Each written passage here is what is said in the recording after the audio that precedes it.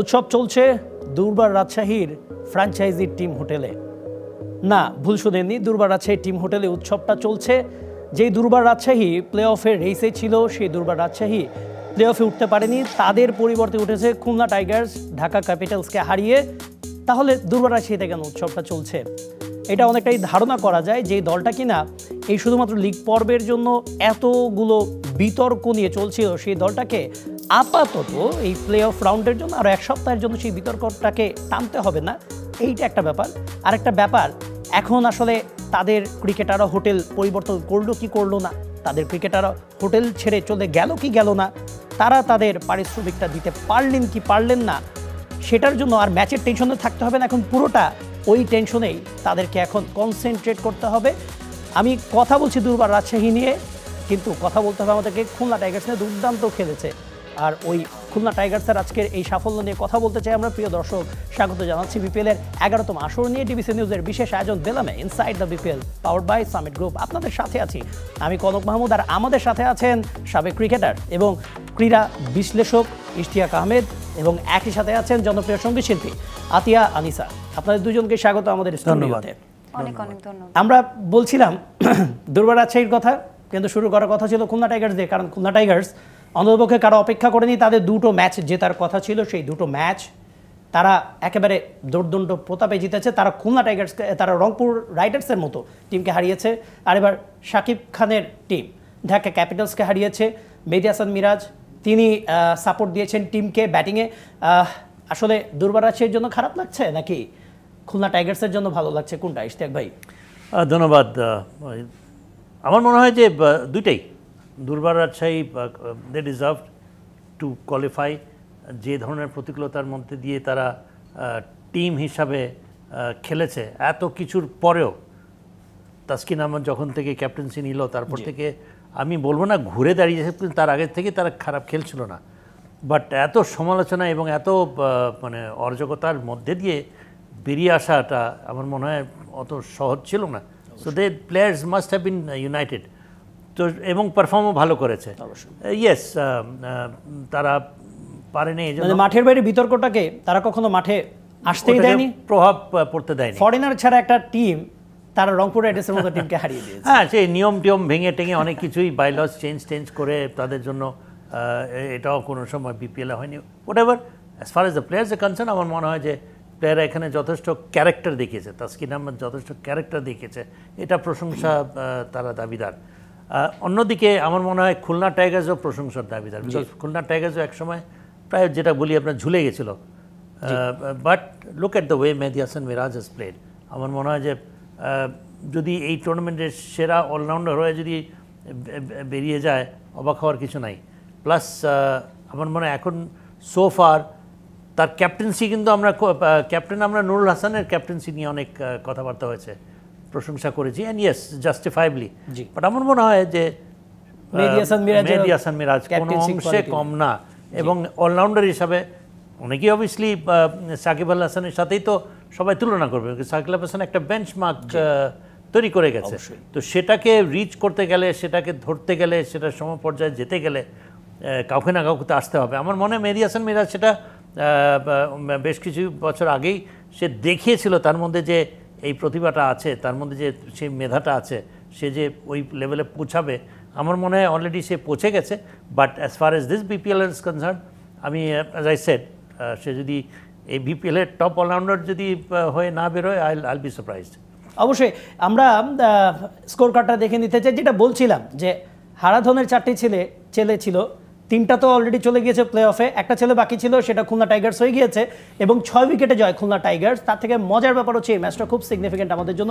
তানজিদ হাসান তামিম তিনি আজকে রান করেছেন, হাফ সেঞ্চুরি করেছেন, এবং টপে থাকার যে ব্যাপারটা টুর্নামেন্টের টপ স্কোরারে, সেইখানে তিনি এখন লিড করছেন, যদিও বা ওনার টুর্নামেন্ট শেষ।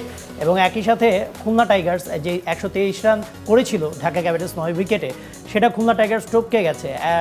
16 ওভার 5 বলে 128 রান করেছে 4 উইকেটে মেহেদী হাসান মিরাজ।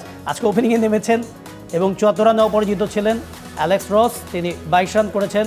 মুস্তাফিজুর রহমান আজকে অনেকদিন পরে 3 উইকেট নিলেন 16 রানে, অনেক সিগনিফিক্যান্ট ব্যাপার। কেমন লাগলো? আমাদের লোকালরা পারফর্ম করছে, তানজিদ হাসান তামিম, মুস্তাফিজুর রহমান আর মেহেদী হাসান মিরাজ, তিনিও তো ট্রেমেন্ডাস খেলেছেন। হ্যাঁ, তানজিদ তামিম তো মোটামুটি এমনিতে টুর্নামেন্টের one of the highest run getters, if not the highest run গেটার।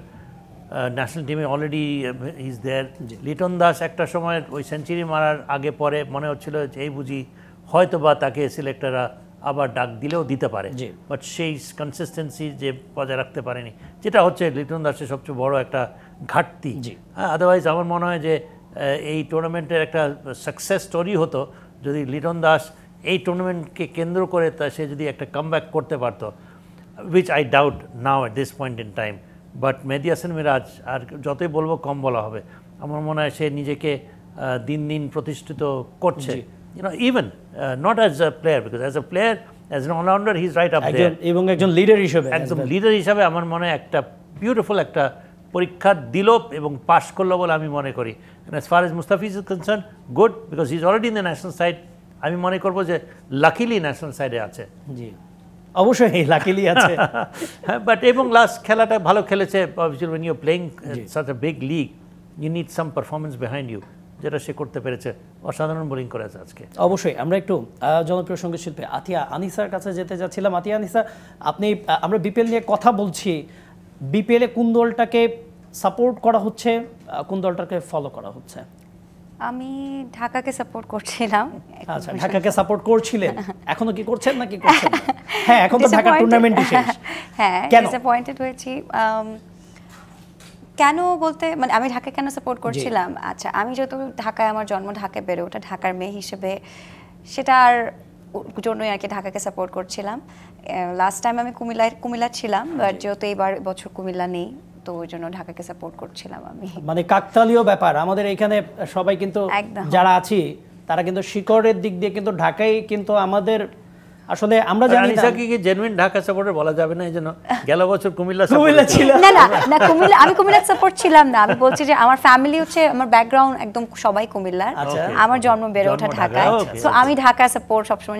বাবার সঙ্গে আমার সবসময় একটা থাকে না যে যুদ্ধ লেগে থাকে, ওইটা মানে এরকম অনেকে আছে না যে জন্ম হয়েছে এক জেলায় কিন্তু পরিবারের চাপে হয়ে গেছে আরেক দলের সমর্থক। আর আমাদের এমন অবস্থা যে আমরা জন্ম নিয়েছি ঢাকায়, কিন্তু পরিস্থিতির চাপে ঢাকাকে সাপোর্ট করা হচ্ছে না, সাপোর্ট যে করছি সেটাও বলতে পারছি না। খারাপ খেলুক ভালো খেলুক, আমি ঢাকার সাপোর্টার সবসময়। অবশ্যই। আমি একটা ব্যাপার, আজকে ঢাকা টুর্নামেন্টটা শেষ হয়ে গেল, শাকিব খান এলেন অনেকদিন পরে। আমি এই ব্যাপারে আপনার কাছে যাবো আতিয়া আনিসা, তবে ঢাকা ক্যাপিটালসের যে টিমটা ছিল এদেরকে এখানেই থেমে যাওয়াটা উচিত ছিল কিনা? মানে তানজিদ হাসান তামিম, সাব্বির রহমান, লিটন দাস, মুস্তাফিজুর রহমান, মোসাদ্দেক, এত বড় বড় নাম, সেই দলটা এখানে এসে থেমে গেল। আর শাকিব খান তার পেছনের নাম, তার থেকেও বড় নাম হিসেবে এই দলটা এখানে এসে থেমে গেল। এইটা কি এই দলটার জন্য একটা ব্যাড লাক বলবো কিনা? ব্যাড লাক ঠিক বলবো না, আমার মনে হয় যেভাবে শুরু করেছিল, অবভিয়াসলি আমরা সবাই হতাশ হয়েছি যেভাবে শুরু করেছিল, বাট মধ্যেখানে they made a come back, 2-3টা জিতে আশার আলো জাগিয়েছিল। তানজিদ হাসান এবং লিটন দাসের উপরে কেন্দ্র করে এই টিম স্ট্রেংথটা, they started to perform well. সুতরাং একদিক দিয়ে মনে হচ্ছিল, অথচ আমি সবসময় মনে করেছিলাম যে ঢাকার দল কিন্তু ব্যালেন্স সাইড, ঢাকা দল যত খারাপ খেলেছে তত খারাপ খেলার মতো দল না। আবার এদিক দিয়ে হলো শাকিব খান অবভিয়াসলি নতুন স্পন্সর, আমরা we want people from the entertainment world, you know, গ্ল্যামারের সাথে যিনি গ্ল্যামার টানতে সক্ষম, যিনি স্পন্সর টানতে সক্ষম, এক্সপোজার টানতে সক্ষম। আমি সিনসিয়ারলি আই হোপ দ্যাট উনি যেন হতাশ না হয় এবং কোনো কারণে আগামীতে উনি করবে না যে তার, সেটা যেন না হয়। I hope that this is a learning lesson from for him, and who knows he will come back stronger next year. Dhaka আমার দল, আমি তো চাইবই ঢাকা দল যেন পাওয়ারফুল একটা সাইডটা যেন নিয়ে আসে আগামীতে, এবং শাকিব খান যেন আবার আসে। না, আমরা অবশ্যই আমরা এটা আশা করি। আতিয়া আনিসা, আপনি বিনোদন জগতের মানুষ, শাকিব খান বিনোদন জগতে বাংলাদেশের কিং বলা যায়, ঢালিউড কিং যাকে বলা যায়, তিনি দলটা নিয়েছেন। মানে ঢাকা তো জন্মগত হিসেবে তো আমরা সাপোর্ট করতেই পারি, কিন্তু একটা দল শাকিব খান ওন করছেন এবং সেই দলটা এত মাঠের বাইরে এত আয়োজন, সেই দলটার জন্য মানুষের আগ্রহ কেমন দেখেছেন? আর সেই দলটার এরকম থেমে যাওয়া, প্লে অফে না খেলা, টপ 4-এ না থাকা, এটা কি একটু দুর্ভাগ্যজনক কিনা? আমি অবশ্যই এটা বলবো দুর্ভাগ্যজনক, এবং উনি যে কথাগুলো বলেছে আমি ওনার সঙ্গে অ্যাগ্রি করছি, একমত। আর সাকিব ভাইয়ের কথা যেটা, অবশ্যই আমার তিনি ভীষণ পছন্দের মানুষ, যেহেতু আমি এই বিনোদন জগতেরই একজন, এবং আমার ওনার ফিল্মেও গান করা হয়েছে, প্লেব্যাক করার সৌভাগ্য হয়েছে। তো আমি বলবো আসলে না, খেলায় হার জিত থাকে, সো এটা আসলে মন খারাপ বা মানে থাকে না যে উনি যেটা বললো, যেটা আসলে আমরা একদম ডিসঅ্যাপয়েন্টেড হওয়ারও কিছু নেই, হয়তো নেক্সট টাইমে আরো ভালো করতে পারবে, আমরা এতটুকু আশা রাখতে পারি। আমি তো রাখছি, ইনশাআল্লাহ ভালো হবে। অবশ্যই আমরা ঢাকা ক্যাপিটালস নিয়ে তো আলোচনা করছি, তবে ঢাকা ক্যাপিটালস নিয়ে কথা বলতে গেলে অন দ্য ফিল্ড পারফরমেন্সের থেকে অফ দ্য ফিল্ড পারফরমেন্স সব কটা ফ্র্যাঞ্চাইজি, মানে যে ফ্র্যাঞ্চাইজিগুলো আপনি বলেন অনেকগুলি কিন্তু অভিযোগ এসছে, কিছু কিছু ফ্র্যাঞ্চাইজি যারা কিনা এর বাইরে চলেছে। আমি ফরচুন বরিশালের কথা বলতে পারি, ঢাকা ক্যাপিটালস ফ্র্যাঞ্চাইজি এই যে মাঠের বাইরে এই অবস্থা, কিন্তু তাদের প্রফেশনালিজম সেটা মুগ্ধ করার মতো কিনা। একটা প্লেয়ার অভিযোগ করেনি এখন পর্যন্ত কোনো কিছু নিয়ে, তাদের পেমেন্ট ইস্যুজ নিয়ে। এইটা অবশ্যই অনেক বড় একটা প্রাপ্তি কিনা ফ্র্যাঞ্চাইজিটির এটা। এবং এখানে all credit must go to Sakib Khan. So তার নিজস্ব একটা প্রোফাইল আছে, কিংবদন্তি একজন আমাদের বাংলাদেশের এন্টারটেনমেন্ট ওয়ার্ল্ডের, and we don't expect anything less than that. এইসব সমালোচনা কেন হবে? অন্যান্য যেন রাজশাহী দুর্বার রাজশাহীর হয়েছে, এটা তো হওয়ার কথা না। সো আমি বলবো না যে এটা বড় একটা কৃতিত্ব যদি প্লেয়ার, যদি টিমরা, ফ্র্যাঞ্চাইজিরা তাদের ফাইন্যান্সিয়াল কমিটমেন্টসগুলো, because you are suppose to keep the commitment. Because Durbar Rajshahi ইয়ে করেছে বলে যে অন্যান্য দলগুলো করবে কিংবা করবে না প্রশ্নই আসে না। প্লেয়ারদেরকে আমি মানে কোন সাহসে, কেন এত বড় আস্পর্ধা হবে যে আমি প্লেয়ারদেরকে আমি কমিটমেন্ট দিয়ে আমি পেমেন্ট দেবো না? সো আমি বলবো না যে এখানে বড় একটা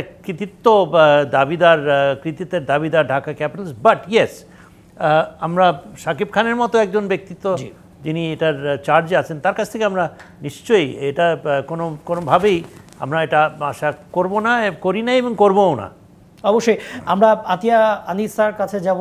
আমাদের বিরতির একটা সময় হয়ে গিয়েছে, মানে আপনার একটা গান শুনে আমরা বিরতিতে যেতে চাচ্ছিলাম। আচ্ছা, আমি পাপ্পুন্ন সিনেমা একটা গান করেছিলাম, ওই গানটি ছোট করে গাইছি। গানটির জন্য আমি চ্যানেল মিউজিক অ্যাওয়ার্ডও পেয়েছি, ছোট করে। Congratulation for that. Thank you. তোর সাথে নামলাম রে পথে, উথাল পাথাল হিয়া সখা, উথাল পাথাল হিয়া, হাতের পরে হাতরা খিলাম, যাইস না রে পালাইয়া সখা, উথাল পাথাল হিয়া। আজ ছড়াবো বকুল অভিমানী কাশ ফুল, তোকে ডাকে ইশারায়, ভুলে হোক কোটি ফুল, আজ লেগেছে আগুন জল, হারায় অজানা ফুলে ফুলে ফুলে ফুলে ফুলে ফুলে দোলে দোলে রে হে হে, ফুলে ফুলে ফুলে ফুলে ফুলে ফুলে দোলে দোলে রে হে হে। দারুণ দারুণ দারুণ।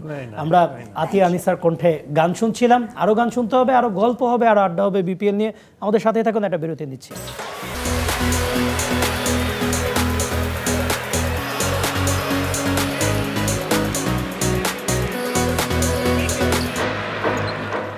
বিরতির পর আর একবার ফিরে এলাম বিপিএল নিয়ে। ডিবিসি নিউজের বিশেষ আয়োজন বেলাম inside the BPL, powered by Summit group. আপনাদের সাথে আছে আমি কনক মাহমুদ, আর আমাদের সাথে স্টুডিওতে আছেন সাবেক ক্রিকেটার এবং ক্রিকেট বিশ্লেষক ইশতিয়াক আহমেদ, এবং একই সাথে আছেন জনপ্রিয় সঙ্গীত শিল্পী আতিয়া আনিসা, যার কণ্ঠে আমরা কিছুক্ষণ আগে দারুণ একটি গান শুনছিলাম। আরও গান শুনবো, আবারও বিপিএলের আলোচনায় ফিরতে হবে, কারণ হ্যাঁ, খুলনা টাইগার্স তো তাদের 4 নম্বরের স্পটটা নিশ্চিত করেছে, কিন্তু তাই বলে কি হিসাব নিকাশ সব শেষ? হিসাব এখনও আছে, কোয়ালিফায়ার্স আর এলিমিনেটরের হিসাব। আর এই যে পরের ম্যাচটা হতে যাচ্ছে, সেই ম্যাচটা কিন্তু সেই হিসাবের জন্য গুরুত্বপূর্ণ। চিটাগং কিংস এবং ফরচুন বরিশাল তারা মুখোমুখি হতে যাচ্ছে কিছুক্ষণ পরে। আমরা দেখে নিতে চাই ম্যাচ কার্ডটা, এবং একই সাথে এরপরে আমরা পয়েন্ট টেবিলটাও দেখব যে এই ম্যাচে যদি চিটাগং কিংস ফরচুন বরিশালকে হারিয়ে দেয়, তাহলে কিন্তু তারা পয়েন্ট টেবিলের সেকেন্ড অবস্থায় চলে আসবে, এবং তখন কিন্তু তাদের হাতে কোয়ালিফায়ার্স খেলার একটা সম্ভাবনা থাকবে। আমরা পয়েন্ট টেবিলটা একটু পরে দেখব। এই সম্ভাবনাটা কতটুকু দেখছেন, নাকি এরকমটা হওয়া সম্ভব নয়? মানে ফরচুন বরিশাল এই ম্যাচটাও জিতবে এবং তারা টপেই থাকবে আর চিটাগং কিংস থার্ডে থাকবে। Well, I mean, Fortune Barishal obviously on paper is a better side.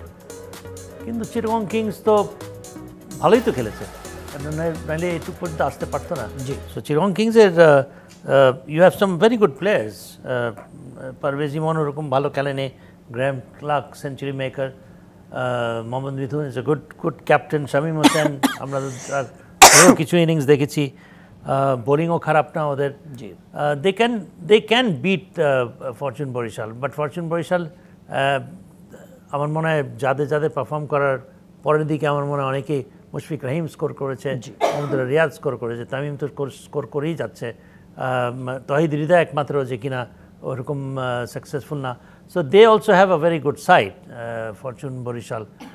It be a good fight, but আমার মনে হয় যে এদিক দিয়ে Chittagong kings should be happy to be on the top 4, জিতে কোয়ালিফায়ার নিশ্চিত করাটা থেকে আমার মনে হয় যে ধরনের দল, I think they should be happy. তারা যদি টপ 4-এ থেকে থাকে, I think if I was an official of Chittagong kings আমি হ্যাপি হতাম। এইটাই অ্যাটলিস্ট আমরা তৃপ্ত থাকতাম, তারপরে যেটা আসবে সেটা তো আমাদের জন্য প্লাস। আমরা একটু চলে যেতে চাচ্ছি শাহান পাপনের কাছে। আমরা বিপিএল নিয়ে তো অনেক কথাই শুনছি, বিপিএল নিয়ে যে শাহান পাপন আপনার সাথে কথাটা বলবো, পরের ম্যাচ নিয়ে তো কথা বলা উচিত, তবে তার থেকে আরও বেশ কিছু বার্নিং ইস্যুজ রয়েছে। আমরা দুর্বার রাজশাহীর কথা বলছিলাম। দুর্বার রাজশাহীর একজন সাবেক অধিনায়ক এনামুল হক বিজয়, তার বিদেশ যাত্রায় নিষেধাজ্ঞা এসেছে, যদিও এখন পর্যন্ত কোনো অফিসিয়াল কনফার্মেশন পাওয়া যায়নি। এই যে ফিক্সিং নিয়ে যে কথাটা হচ্ছে, কদিন আগে পারিশ্রমিক ছিল, এখন ফিক্সিং, এরপরে হয়তো বা আরেকটা বিতর্ক আসবে, যদিও আমরা সেটা চাই না। এই যে বিতর্কগুলো আসছে, কেন বিতর্ক আসছে, এখন পর্যন্ত বিসিবি থেকে আপনি কি কি নিউজ পেয়েছেন এই যে প্রবলেমগুলো নিয়ে?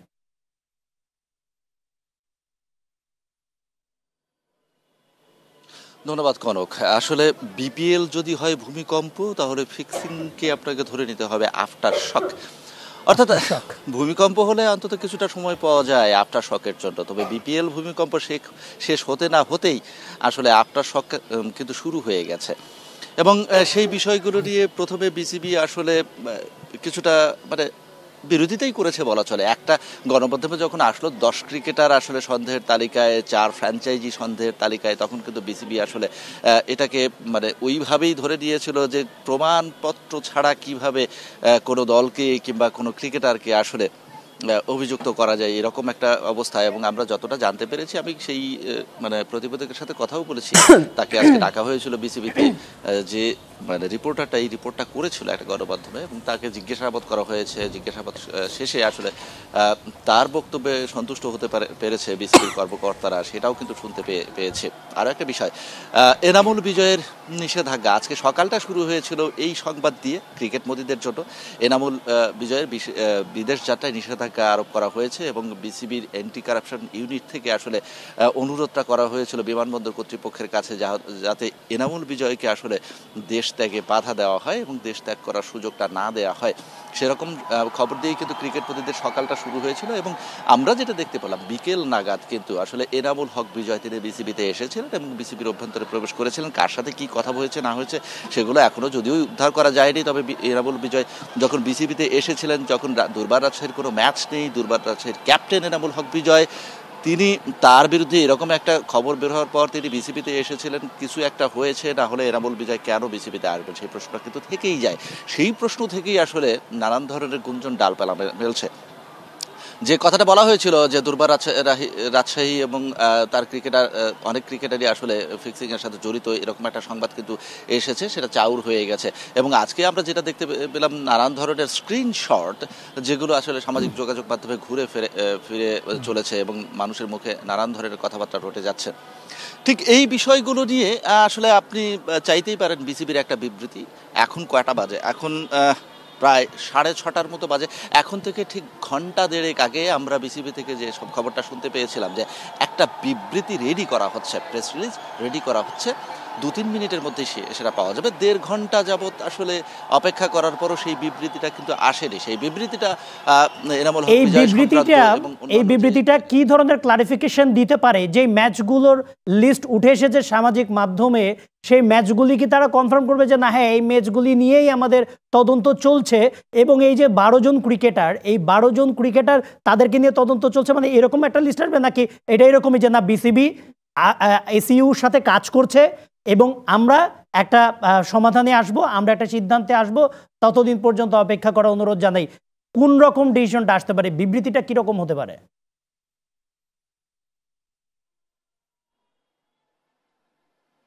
বিবৃতিটা আসলে আপনি যেরকমটা বলেছেন ঠিক সেরকমই কিন্তু আসার কথা, এবং সেরকমই আসতে পারে, আপনি শতভাগ ধরে নেন। আমি কালকে একটা প্রতিবেদন করেছিলাম বিসিবির এক কর্মকর্তা মিডিয়া কমিটির চেয়ারম্যানের বক্তব্য নিয়ে। তিনি যেটা বলেছিলেন যে ঘটনা যাই ঘটুক এবং যা ঘটছে এবং খেলা কিভাবে হচ্ছে, কোন ক্রিকেটার কোন দিকে পা বাড়াচ্ছে, কে কি করছে না করছে, সব কিছু মনিটর করার জন্য বিসিবির একটা প্রাইভেট ইউনিট আছে যেটাকে বলা হয় এসইউ, অ্যান্টি কারাপশন ইউনিট। তারা কাজ করছে, এবং তার আগে যে তথ্যটা আমি পেয়েছিলাম যে বিচ্ছিন্ন আকারে কিছু অভিযোগ বিসিবির দরবারে এসে পৌঁছেছে এবং তারা সেগুলো পর্যালোচনা করে দেখছেন।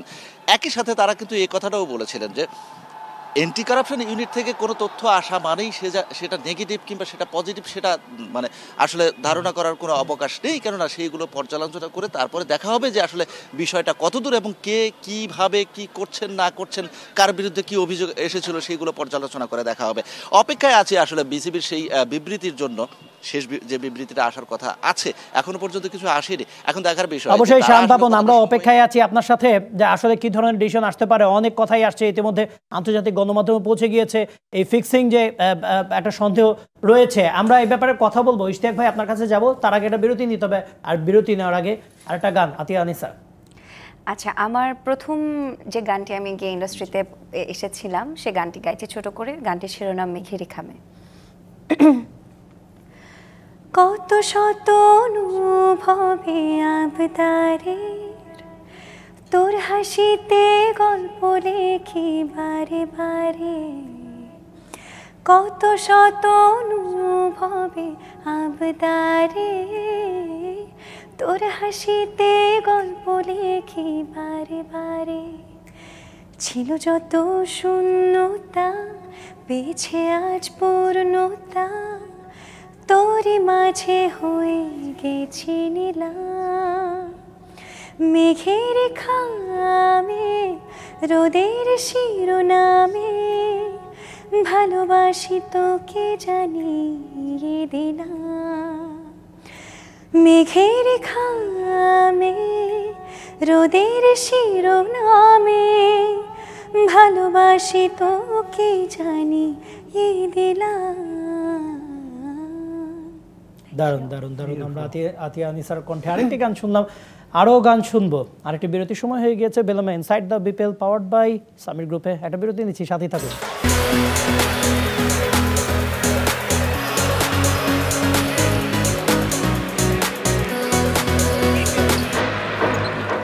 বিরতির পর আবারও ফিরে এলাম বেলামে inside the BPL powered by Summit group. আপনাদের সাথে আছে আমি কনক মাহমুদ, আর আমাদের সাথে স্টুডিওতে আছেন সাবেক ক্রিকেটার, ভাষ্যকার এবং ক্রিকেট বিশ্লেষক ইশতিয়াক আহমেদ, এবং একই সাথে আছেন জনপ্রিয় সঙ্গীত শিল্পী আতিয়া আনিসা।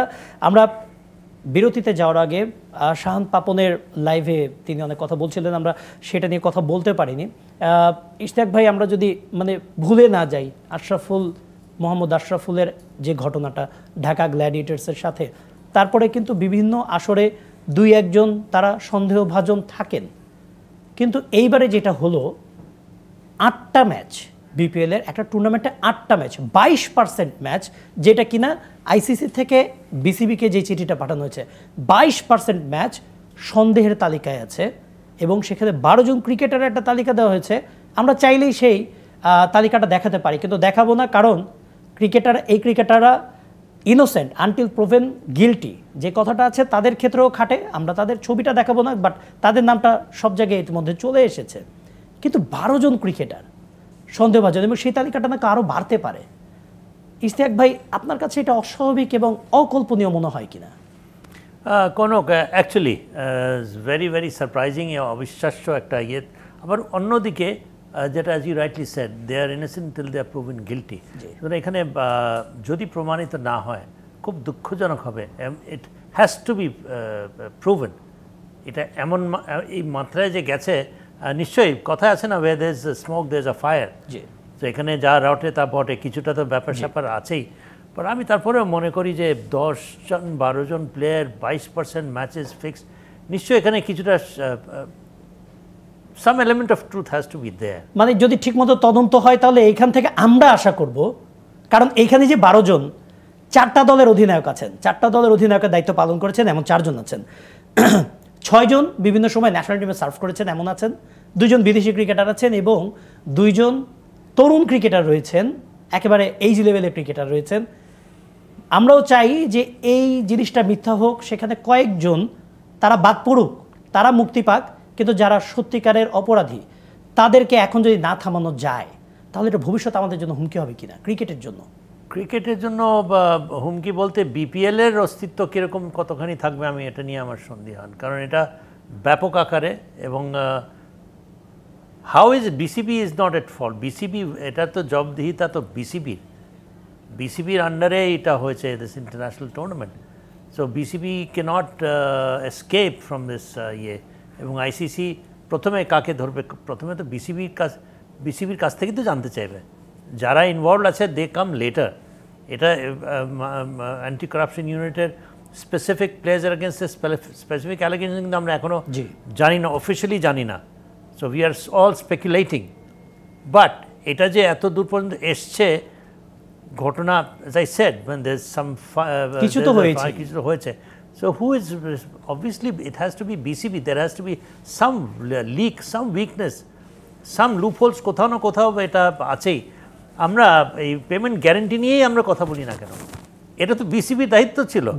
এই যে সাহসটা পেল, এটা সাহস হতে বিসিবি তো মানে ফ্র্যাঞ্চাইজি যেটা মানি আছে, গ্যারান্টি মানি, ওইটাই তো নিজেরা মানে বকেয়া রেখেছে। হ্যাঁ, তো এবং আমার মনে হয় ডিফল্টের কিছু কিছু ইয়েও আছে। আমার মনে হয় ফ্র্যাঙ্কলি, যেহেতু আমি এই প্রোগ্রামে এসেছি, then since you are asking me, আমি তো মনে করি এখানে কনফ্লিক্ট ইন ইন্টারেস্ট আছে। আমার মনে হয় এখানে গভর্নমেন্ট লেভেল থেকে তদন্ত হওয়া উচিত।